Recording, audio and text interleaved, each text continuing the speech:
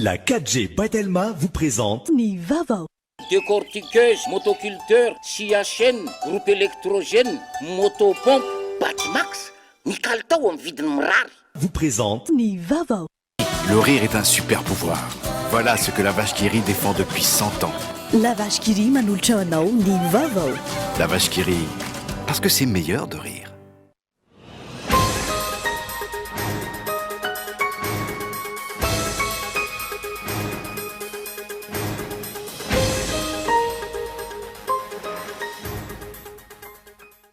Miandry ny fanapa-kevitry ny filohan'ny Repoblika Madagasikara ny vahoaka malagasy manoloana ny fianaky ny valanaretina izay efa nanika ny 500 ny tapa-avoazana. Fanapa-kevitra mitsinjo sy miainy ho avy ara-tsosialy sy ara-toekarena na eo aza ny ady atrehana amin'ny fianaky ny Covid-19. Matoan-dahatsoratra Gaëtan Driatsilava no ahitantsika mikasika an'izay. Ny sokatra nanomboka androany ny fandraisana ireo marary ny valanaretina etsy amin'ny gymnase Couverin-Korondrano izay navadika ho centre de traitement Covid-19. Tanjona amin'izany ny fampitomboana ny isan'ireo toerana fandraisana an-tanany ireo marary. No ny firongatry ny fièvre de la vallée du Rift norarana ny fampidirana omby sy ondry Amanosy ao Nosy be. Fanapa-kevitra izay tsy neken'ireo mpivarokena any an-toerana no izy ireo manavatra omby avy any amin'ny faritra Sofia sy ny toerana hafa. Any Nosy be, rongony milanja 500 kilao no kasaina namidy tany an-toerana no sarin'ny zandarmarie-pirenena. Drola avy any Andranotsavony distrika Anambanja no tratra nitondra ireo rongony ireo. Ary farany raha toa nanika ny iray etsy ny isan'ny olona matin'ny Covid-19 any Frantsa nanomboka ny alakamisy teo, raha ny antotanisa avy amin'ny AFP, efa misy 3 tapitrisa ireo olona matin'ny Covid-19 maneran-tany. Ny andindindreo avy hatrany.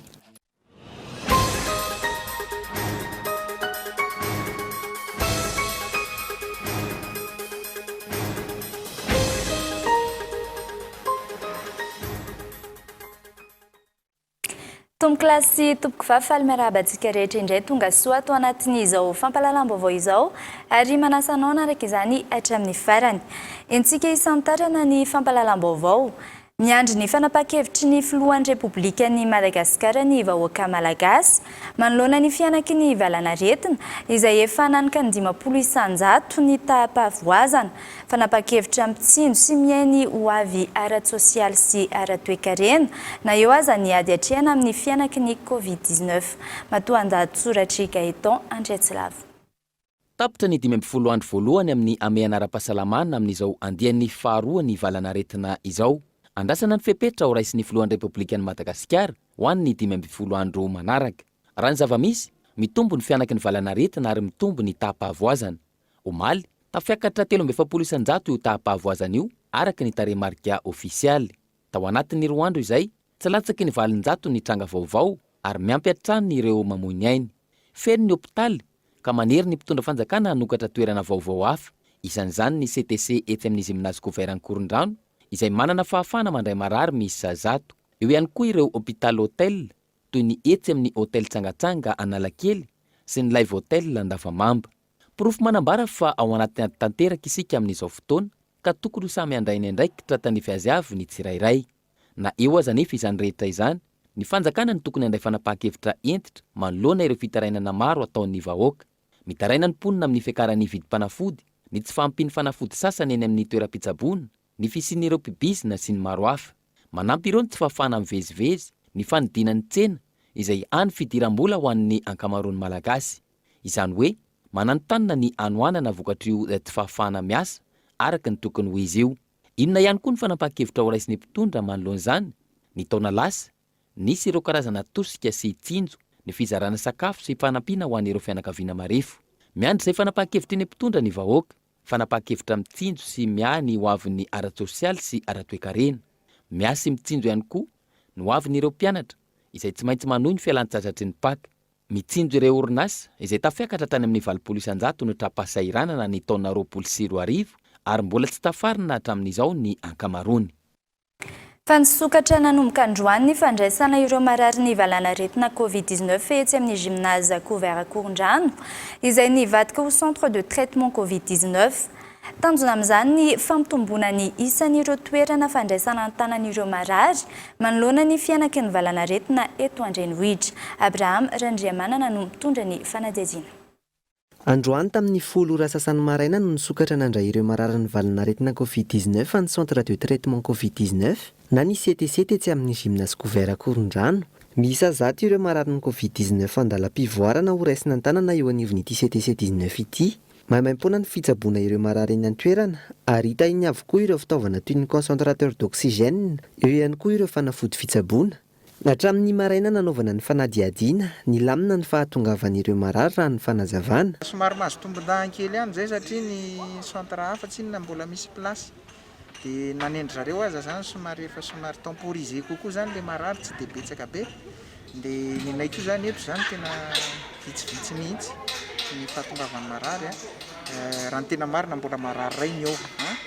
Satria voateo moa zany zay sokatra dia efa manomboka mandray zany zay. Ny marary maneho an'ilay soritra retina izay ahiahina hoe mety misy fiaratsiny haingana be. Zay zany ny raisina eto. Izay zany tsy mandray olona hanao test. Izahay tsy mandray olona hanao consultation fotsiny hoe tsy misy critère na hospitalisation. Ny forme grave tsy ferana. Rehefa tonga le marary tsy maintsy ho raisinay ny maximum de sécurité an'le marary fa tsy afaka averina izy. Zany hoe zay dispositif ananana eto no entinay mandray an'le marary. Ny essai technique rehetrarehetra alohan'ny nanokafana an'ity dia efa vita daholo. Zany hoe raha tapaka ny jiro dia afaka firy minitra na afaka firy segondra no midéclenche ny groupe. Tsy misy ny famangina ireo marary ny Covid-19 raha ny nambaran'ny tompon'andraikitra. Olona iray kosa no afaka manaraka ny marary iray ary misy ny fepetra-arahina mandritra izany. Miisa 420 ireo mpiasan'ny fahasalamana eo anivon'ny CTC 19 etsy Korondrano izay ahitana mpitsabo miisa 12 ary mpitsabo mpanampy 270. Tsy ahivina, paikady napetraka ny tompon'andraikitra ny fampitomboana ny isan'ireo ivon-toerana mandray ireo marary ny Covid-19 eto Andrenivohitra manoloana ny fianaky ny valanaretina. Eo amin'izay lafin'izay hatrany vola mitentina $4 miliara no natolotry ny firenena Amerikanina ho fanampiana amin'ny famatsiana ny vaksiny ho an'ny firenena miisa 20 ao anatin'ny programa iraisam-pirenena COVAX. Vina napetraka amin'izany ny fanafanganana ny fisitran'ireo firenena ireo ny vaksiny fanefitry ny Covid-19. Ndera etsika ny fanadihadiana. Ao anatin'ny fanatanterana ny programa iraisam-pirenena COVAX, mikasika ny fizarana ny vaksiny fanefitry ny Covid-19, nanolotra fanampiana amin'ny tentina $4 miliara ho an'ny Alliance Gavi ny firenena Amerikanina, nandritry ny hetsika One World Protected, ho fanafainganana ny fisitran'ireo firenena mantra miisa 20 ny vaksiny. Tanjona amin'izany ny fampitomboana ny fizarana ireo vaksiny atao anatin'ny 2 volana, ho fampitsarana ny fianaky ny valanaretina maneran-tany. Ankoatra izay, nankasitraka ny ezaka nataon'ireo firenena mpikambana ao anatin'ny programa iraisam-pirenena COVAX ny firenena Amerikanina, mikasika ny adombonana eo anatrian'ny Covid-19. Tsy ahivina, tapaka nandritra ny filan-kevitry ny gouvernemanta ny 7 volana Aprily lasa teo, ny faneken'i Madagasikara niditra ao anatin'ny programa iraisam-pirenena COVAX. 770 ireo tranga vaovao marina fatratry ny Covid-19 eto Madagasikara raha ny antotanisa ho an'ny daty 10 Aprily 2022 ny amin'ny 7 ireo olona lavo. Michela Ranartson.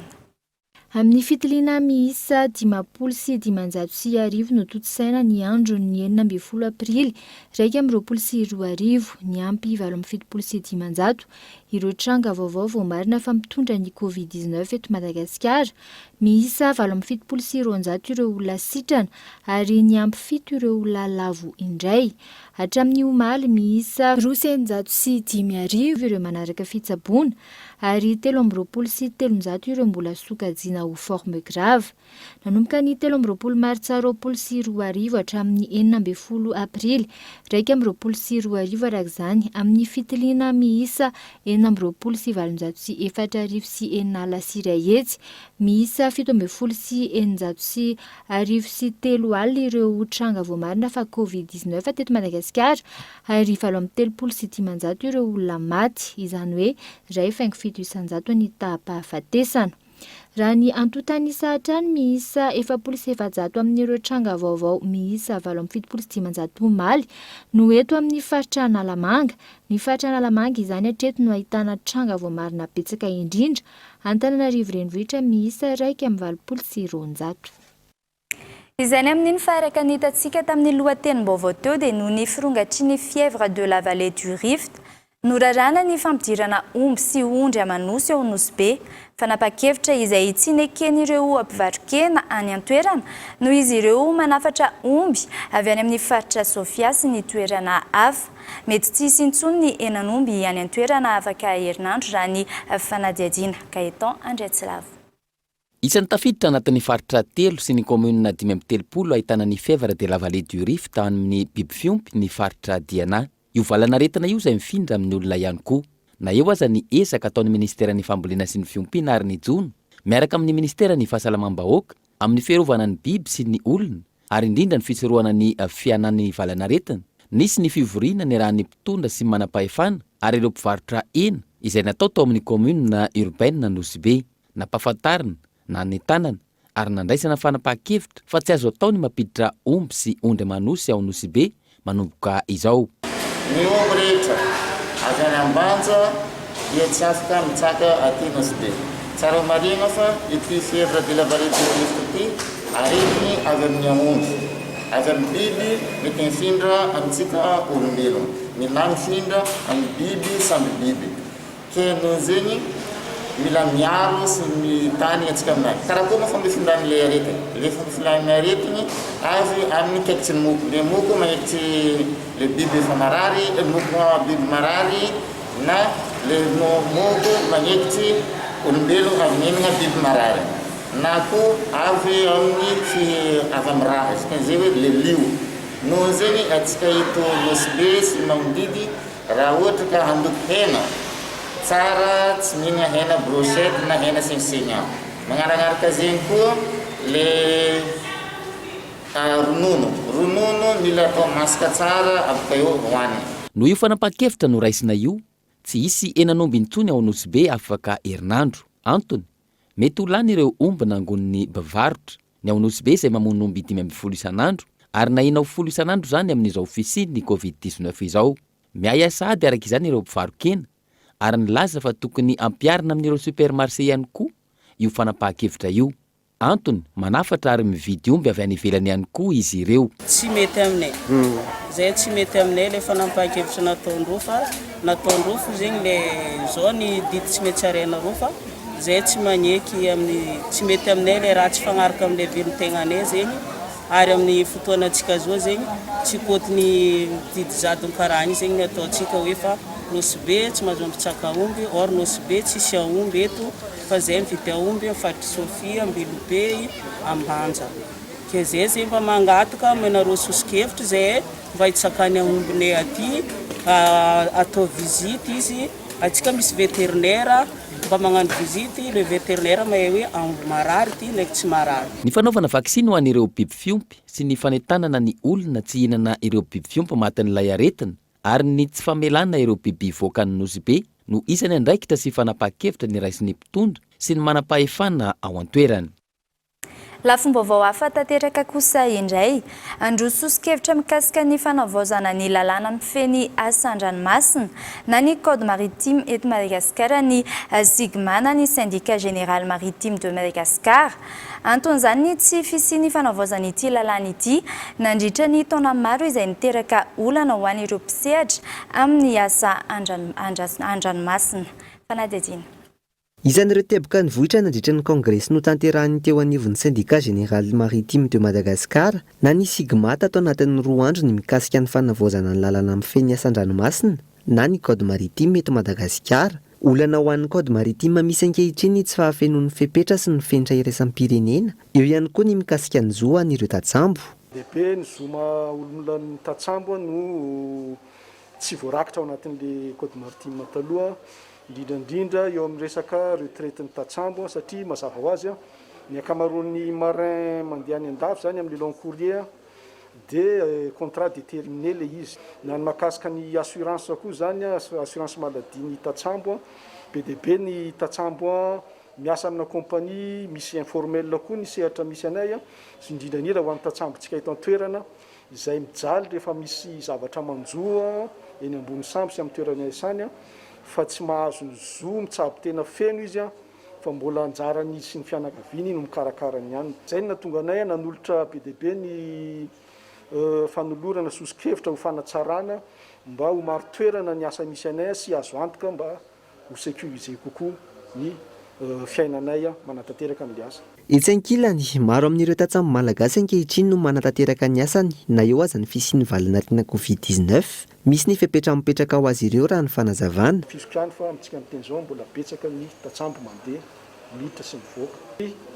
Fepetra raisiny zareo manoloana ny aptitude physique anay sy ny fepetra raisiny manoloana ny fahafahany amin'ondrana, zany hoe ny accompagnement tictéenne dia manana dokotera manokana ry zareo CCO mampanao aptitude physique anay sy manao test à partir an'izay zavatra zay no mahazahonay autorisation miondrana any an-dafy. Ankoatran'izay nefany ny any an-dafy manana exigence any koa, mila olona zany tovy amin'ny voyageur rehetrarehetra zay test négatif ny PCR ary latsaka ny 70 ora ny résultat raisy. Mora kokoa ny tatsambo ny miondrana rehefa feno izay fepetra rehetra zay. Hatreto, mahatratra 507 ny isan'ireo tatsambo malagasy misehatra eo amin'ny iraisam-pirenena.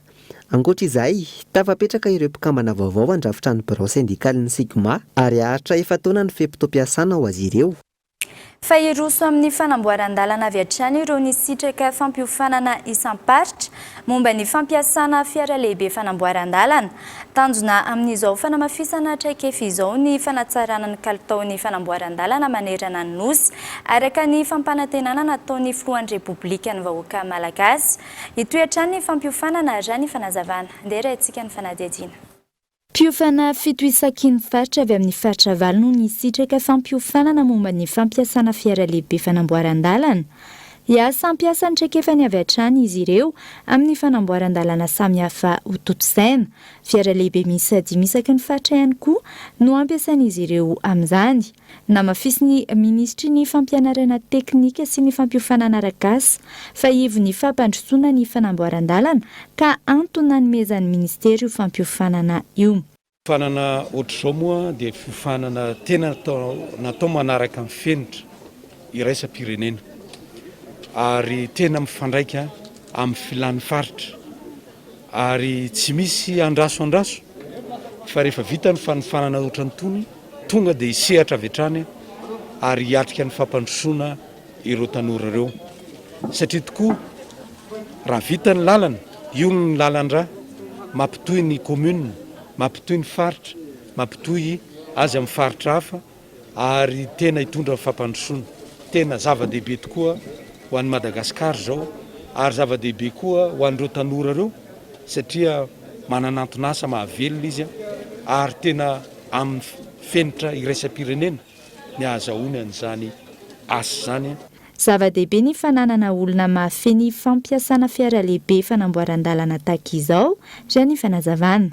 Tanjon'ny filoham-pirenena dia mahavita 500 sy 100 kilometatra ao anatin'ny herintaona. Izany dia tsy afaka atao mihitsy raha tsisy ireo milina ireo. Ka eto izahay teknisianina miaraka amin'ireo mpitondra ireo milina ireo moa zany miara-misalaha, mianatra, miara-mijery, miaraka amin'ireto formateur izay isaorana era-po era-tsaina fa nanampy anay amin'ny fitondrana sy fijerena ny mombamomba an'ireto milina na engin ireto. Tsy ahivona, teknisiana miisa 750 avy amin'ny faritra Avadivavafito Vinany, Androy, Bongolava, Sava, Matsehatra Ambony, Vakinankaratra, Analanjorofo, Analamanga no nahazo izao fiofanana izao. Nisy ny fanolorana mari-pakasitrahana azy ireo ary toy-hatrany ny fampiofanana raha ny fanazavana. Mialohan'ny anarantsika ny toy ny fampahalalam-baovao kosa toy ny ampahany fandarana alalino ihany koa ny maresaka iraisam-pirenena dia andeha anaraka dokavatra isika.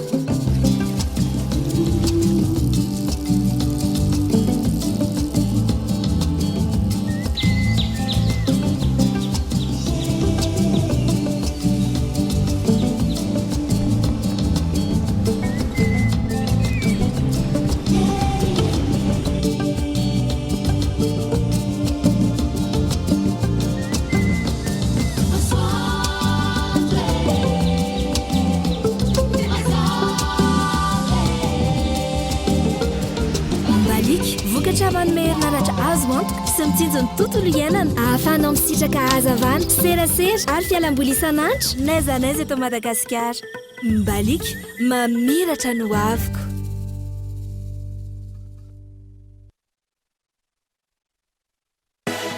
Vous êtes professionnel dans l'ouvrage bois ou métallique? Choisissez l'outillage électroportatif idéal pour vos travaux. Optez pour la gamme professionnelle Ecomax chez Batimax. Des perceuses, scies électriques, meuleuses et plus encore. Respectons les normes de sécurité allemandes. Meilleure résistance à la chaleur. Durabilité 6 fois plus que les gammes semi-professionnelles. Garantie 6 mois contre défaut de fabrication avec disponibilité des pièces de rechange. Achetez et comparez. Batimax. La qualité au meilleur prix.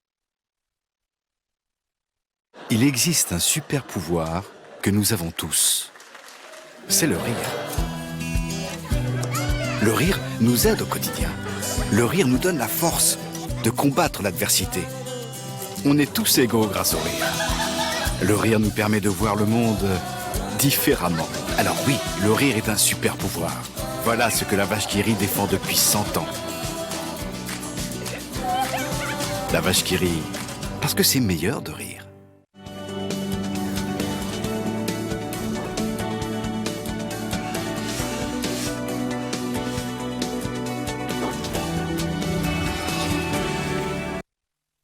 Tavaverina eto amin'ny fampahalalam-baovao isika ny fiompina silatsilaka ho tanterahiny orinasa Blue Océan mandritra ny 30 taona azo avaozina ao amin'ny commune Manombo Sud distrikany Toliara Faharoa no averina ho velabelarina aminao anatin'ny fandaharana Alalino rapitso amin'ny fitora ariva.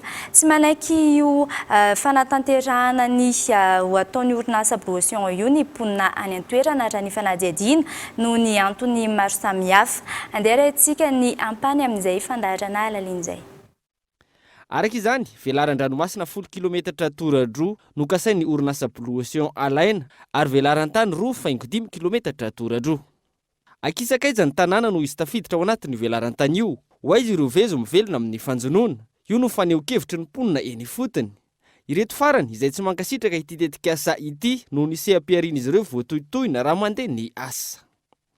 Ny antony tsy anekenay azy voalohany le riaky efa kely sisa tsototro sy ny fasiky.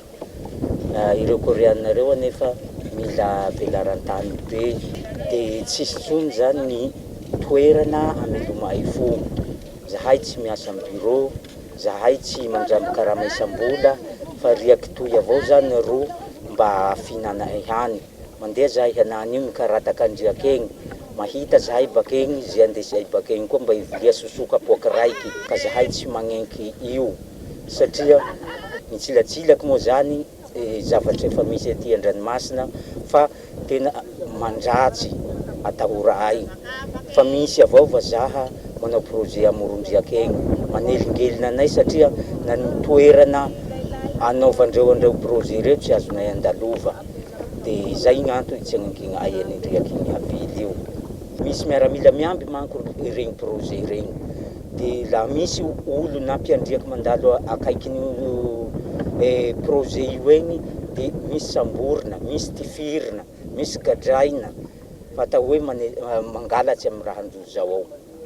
Zahay tsy magnenky izao. Nanomboka tamin'ny taona lasa no efa nisy ny dinika ny fanaovan'ny tompon'andraikitry ny orinasa Blue Océan tamin'ireo olom-boafidy sy olom-boatendry isa-tokony ary ny vahoaka voakasika. Tsy resy lahatra ireo vahoaka ary manohitra izany noho ny aya maro samihafa toy ny hoe hoaiza ary anao inona raha lasa ny vahiny ny tany anao ahoana ny taranaka. Zahay disky naharaza maty ty raza egny avao zahay nameloma itiana ay riaky igny ka laha riaky iro letaky tsy hanenky zahay hijaly anay reo. Zahay anany zao hila horita hila katsa tiana ay lelahy ay reo hila lamera hohany ay aby amy riaky inene maro tira hila ayene zay tsy hanenky ay riaky inio fa riaky fa hita ijaly nzay kelekely ameloma itiana ay zao nan zao azy ny sarabaly ty anako niveloko amy riaky inene avao anake fito andesiko amy valiko zao bakene ka laha igny ro azo blosia zao izy mety blosia hotavela zahay. izany amin'iny fa ny Nosbe rongony milanja 50 kilao no kasaina namidy tany an-toerana no sarony Gendarmerie Pirenena Rolavy any Andranotsavogno distrikany Ambanja no tratra nitondra ireo rongony ireo. Fanadedina. Tambazotra mpivarotra sy mpanjifa rongony Antsokosoko no tratry ny mpitandron'ny filaminana niaraka tamina rongony milanja 50 kilao tany Nosbe. Lehilahy miisa 3 no nosamboriny teo anivon'ny Gendarmerie Pirenena ho tompon'antoka tamin'ity raray ity. Ny talata 13 aprily 2024 tokony tamin'ny 4 ora sasany teo dia nahazo antso avy any amin'ny tsara sitrapo izay nampilaza teto anivon'ny Gendarmerie Elville fa misy tambajotra mpanondrana sy mpivarotra zava-mahadomelona miantsona eto morotsiraka Nosbe. Rehefa nataonay ary zany ny fidinana tany an-toerana dia tratra ambody omby tokoa ireo tambajotra ireo izay misy olona 3 voasambotra lehilahy avokoa. Ny roa amin'izy ireo dia voalaza araka ny fanadihadiana natao fa avy any Andranotsavony commune Antsakomanondro distrikany Ambanja. Ny iray kosa dia avy any amin'ny faritra Pont-Duc Fokotany miadana commune eto Nosbe zany. Raha ny fanadihadiana hatrany anisan'ny mahazo vahana indrindra ho an'ny tanora ny fifohana ny zava-mahadomelona amin'izao fotoan'izao any an-toerana. Tamin'ny alalan'ny fanampiany teny anivon'ny fiarahamonina kosa no nahafana nanatratra izao. Efa natolotra fitsarana ireo 3 lavo roroy amin'ny fitondrana sy famarotana rongony ireto. Tontolon'ny fanatanjahantena ankizy mandidina ny 30 ankehitriny no beazina ao amin'ny sekoly fampianarana ny taranja baolina kitra iray ao Antsirabe na ny école de foot FFB. Manomboka amin'ny fototra no ampitaina amin'ireo ankizy ary maimaim-pony zany. Ireo ray aman-dreny no mifarimina amin'ny fampandrosoana sekoly nandritra izay 12 taona izay. Andeha raintsika amin'ny fanadihadiana. Antsirabe anisan'ny tany ketsan'ny baolina kitra malagasy ary manana ny toerana famolavolana sy fanabeazana ireo ankizy eo amin'io taranja io. Anisan'izany eto amin'ny école de foot FFB eto Ambalavato Antsirabe, ankizy manodidina ny 30 eo no tazana sy beazina eto ary fampianarana tanteraka ny taranja baolina kitra miainga avy any amin'ny fototra no ampitana amin'izy ireo. 12 taona ny fikambanana amin'izao fotoan'izao. Ndroborobo tanteraka ary hita ihany koa ny fitiavana ankizy ny baolina kitra. Eo ihany koa ny fanampiana ireo ray aman-dreny satria miainga avy amin'ny fatokisan'izy ireo no ahafahana mitaiza sy manabe. Ny fianarana an-tsekoly rehetra ihany fanarana tsara zany eo amin'ny ray aman-dreny hoe tena manaiky ny ray aman-dreny dia fa ny zanany aty dia manaiky ny hiaraka karakarandreo zaza ireo mba hanabean'ireo. Eo aloha zany ny baolina kitra, eo ihany koa ny faripaizan'izy ireo satria ny fampianarana ato tsy vitany hoe baolina kitra fotsiny fa ny baolina kitra lasa mitarika fahatsiloana saina, lasa matsilo saina zany ny ankizy rehefa zatra amin'ny lalaon'ilay baolina kitra amin'ny fotoana mamety zany. Tsy ny tovolahy kely ihany no beazina eto fa misy ihany koa ny tovovavy kely. Eto no foazina ny talentan'izy ireo ary eo amin'ny ambolana eo no ahafantarana ny ankizy iray hoe mety amin'ilay taranjana tsia. Ny ankizy misy ny mora mandray, misy ny sarotsatra dia arakarak'izay ny accompagnena anazy. Tsy ho lasa footballeur tena professionnel tourisme rehetrarehetra fa vitsivitsy ihany no mety ho lasa an'izay. Misy ny sasany eo amin'ny 2 volana 2 volana dia vitana hoe mandroso be. Ny sasany eo amin'ny ambolana mbola tsisy fandrosoana ihany dia resahana mihitsy ny ray aman-dreny hoe tena sao dia tokony vadika taranja hafa fa ohatrany tsy mety amin'ny adalany ilay foty. Maro ireo ankizy no efa nibeazina teto. Ao ireo milalao any amin'ireo ekipa matanjaka eto Madagasikara. Misy ihany koa ireo efa nandrafitra ny ekipa pirenena malagasy. Ny lafiny ara-pitaovana sy ny foto-drafitrasa no anisan'ny olana hoy ny mpanazatra ao anatin'ny fanabeazana ny ankizy tahaka izao fa tsy maintsy miainga avy any amin'ny zava-misy no ahafahana mandroso hatrany. Tena sehatra maro ny enina zany dia indrindra tsy fahampimy fitaovana ny tena te-hanao zavatra nefa ny fitaovana tena tsy ampy dia ny aina tamin'ny zava-misy ary eo koa zany ny foto-drafitrasa zany anisan'ny olana misy atao tanàna dia raha ohatra ianao te hampiasa ny terrain lehibehibe dia tsy maintsy manofa vola somary lafolafo ihany nefa tsy ho araka izay. Araka izao hitantsika amin'ny sary izao dia maro ireo efa dingana nolalovan'ny sekoly tao anatin'izay 12 taona izay. Herintaonany sokafana dia nandrobaka sahady ny tompon-daka ny vakina karatra tamin'ny taona 2012. Tanjo sekoly ny amoaka olombanina ary ho matianina eo amin'ny taranja baolina kitra. Olombanina ny ankizy mivoaka ato sady mahay baolina no mahay fianarana ka raha tena tiatsika zany ny androso amin'ny resaka baolina kitra dia tokony ireo école de foot marobe eraky ny Madagasikara reo no tohanana mba amoaka mpilalao tena mendrika an'izany hoe baolina kitra zany teknisianina mafy tsara ny baolina kitra. Araka izany dia efa mbola volany ny fotony tahaka izao no ahafahana mampandroso tanteraka ny tontolon'ny taranja baolina kitra eto Madagasikara. Eo amin'ny maresaka iraisam-pirenena kosa, raha toa nahanika ny iray hetsy ny olona maty ny Covid-19 any Frantsa, nanomboka ny alakamisy teo, raha ny antontanisa avy amin'ny AFP, efa miisa 3 tapitrisa ireo olona maty ny Covid-19 maneran-tany. Fanadihadiana eo amin'ny sarin'ny France 24. Raha ny antontanisa avy amin'ny AFP, miisa 3 tapitrisa amin'izao ny olona maty ny Covid-19 maneran-tany, hatramin'ny nahitana izany tany Chine ny volana Desambra 2020. Raha toa ka nahitana fienany izany tamin'ny volana Martsa teo, nanomboka niverina niakatra indray ny tany maty ny herinandro teo. Olona maty miisa 2,1 alina hatramin'ny 504,1 alina isanandro. Miverina mahevaika ary mamono olona maro ny Covid-19 amin'izao, raha ny nambarany avy eo anivy ny Organisation Mondiale de la Santé. Etsy ankilany ny any Royaume-Uni, firenena Europeana nahitana maty ny Covid-19 betsaka indrindra. Tsy misy afa-tsy olona 30 isanandro amin'izao no maty raha toa ka nahatratra 205 izany ny volana Janoary teo. Hatreto, miisa 30 tapitrisa ireo tranga voamarina fa mitondra ny Covid-19 maneran-tany, raha toa ka tranga voamarina vaovao miisa 3 alina sy 7 hetsy isanandro izany amin'izao vanim-potoana izao. Mialohan'ny isarana dia tsara ny manamarika fa raha mipitso amin'ny 7 alina no hita fa amin'ny vahoaka malagasy ny filohan'ny Repoblikan'i Madagasikara iresaka ny toy ny fiatrehana ny ady amin'ny valanaretina Covid-19.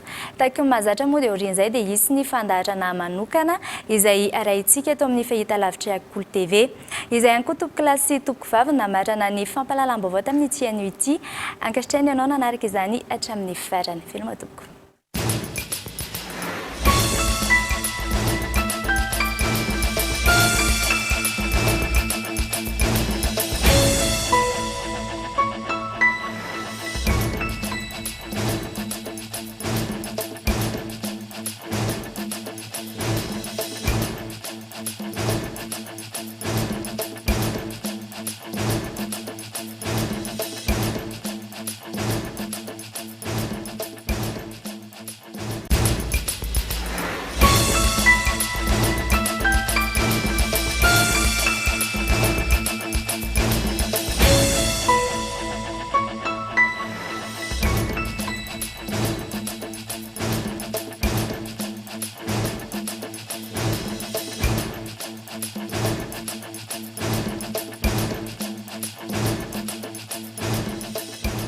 Le rire est un super pouvoir.